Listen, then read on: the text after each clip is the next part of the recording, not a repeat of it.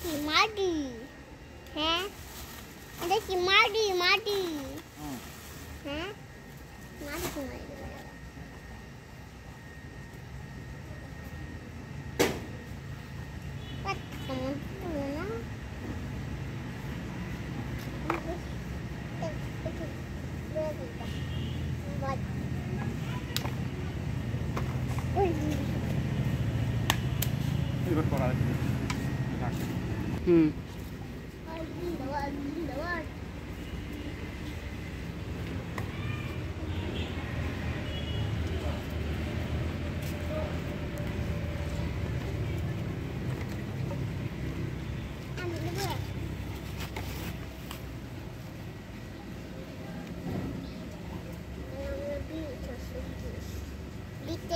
না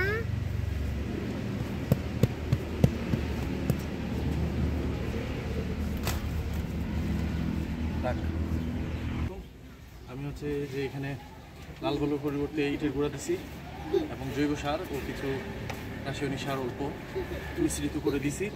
এখন হচ্ছে যে এই যে জোড়া একটা খেজুর গাছ, যেটা এর আগে আমি ভিডিও দিছিলাম, এটা এখন এখানে রোপণ করবো আর কি। তো আশা করি গাছগুলো ভালো হবে। আপনারা দোয়া করবেন যাতে আমার অনেকগুলো গাছ আছে, এর মধ্যে যেন কিছু সংখ্যক গাছ যদি মাটি কলম হয় তাহলেই আলহামদুলিল্লাহ। ধন্যবাদ।